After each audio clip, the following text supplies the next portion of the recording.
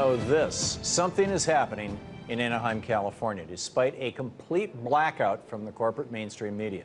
Take a look at some of these pictures by award-winning investigative journalist Amber Lyons from Anaheim over this last weekend. When we hear terms like militarized police, this is kind of what comes to mind. Officers decked out in full military gear as though they're about to be deployed to Afghanistan. So what's behind this? Why are militarized police on patrol in Anaheim?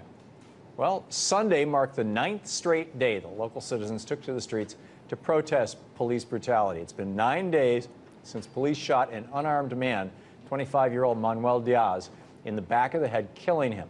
And since that shooting, the streets of Anaheim have been the scene of mostly peaceful protests that have at times turned violent in response to heavy-handed police crackdowns. Last week, this, for example, was the scene in Anaheim as police in riot gear fired projectiles like beanbags and pepper balls indiscriminately into crowds of people. 24 people were arrested that night. Storefront windows were smashed and fires were started. And last night, as hundreds poured into the streets for a peaceful march and ceremony for Manuel Diaz, they were once again met with the Anaheim police, equipped with full military gear. 9 people were arrested on Sunday. For the latest out of Anaheim, here's Amber Lyons, award-winning investigative journalist and filmmaker. Amber, welcome to the program.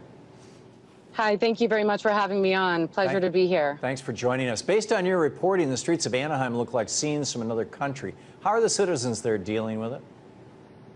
Well, I think overall, yesterday there were a lot of outside protesters who came in to protest. But earlier in the week, we saw a lot of anger on the streets from citizens who actually live in Anaheim about this officer-involved shooting. There's definitely a disconnect you feel out there between the residents and the police force. The majority of Anaheim, if you know anything about the demographics here, is of Hispanic population, whereas the majority of the police force are Caucasian. So there is a little bit of a disconnect there.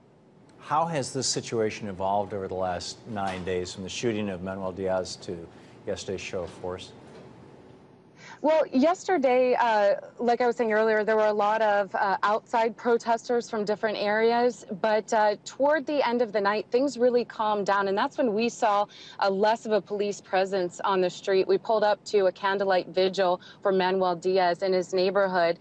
And the locals took over, saying that they don't need the police to show up. They'll take care of it. They'll run traffic control and make sure that everyone's safe. And even as a journalist, when you got out of your car, this was the first time we've been covering this for about a week, that we got out of our car and we didn't see a police presence. You really felt there was more tranquility in the air, and it was a lot more peaceful because you didn't have that agitation of seeing officers in full military SWAT standing out in lines blocking off the streets. We had Tim Pool, who you've been working with in Anaheim, on the program last week, and he described the city as a powder keg. Is that volatile mood still lingering? A little bit. You find definitely pockets of that anger in this area, which could be potentially exacerbated if there is another officer-involved shooting.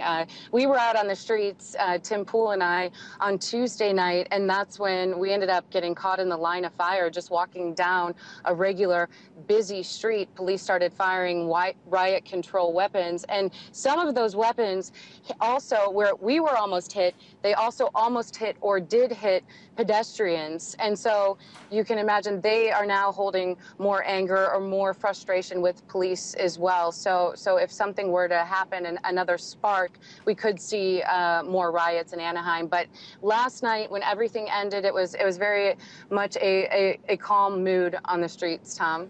Would you say, Amber, that which is the chicken and which is the egg here? A lousy metaphor, I suppose, but is the excessive police presence producing a reaction from the people, or is it the reaction of the people to the initial police presence and an escalating reaction causing a greater police presence?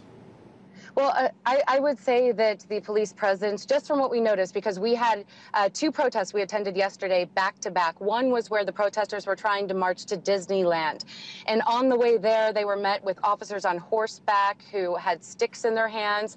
They were also met with officers in full military camo SWAT gear riding on the backs of trucks, about a dozen per truck, heading to block the road leading to Disneyland. So that definitely heightened tensions, just seeing that many officers and those weapons as well. So we left that protest that got quite a bit tense.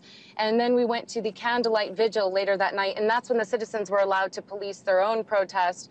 And that was just a calm, happy, tranquil feeling. So it was almost like black and white between when there was a police presence and when there wasn't in this area, Tom. Remarkable. Amber Lyon, thanks so much for being with us tonight. Hey, thanks for having me on. Appreciate it. Sure.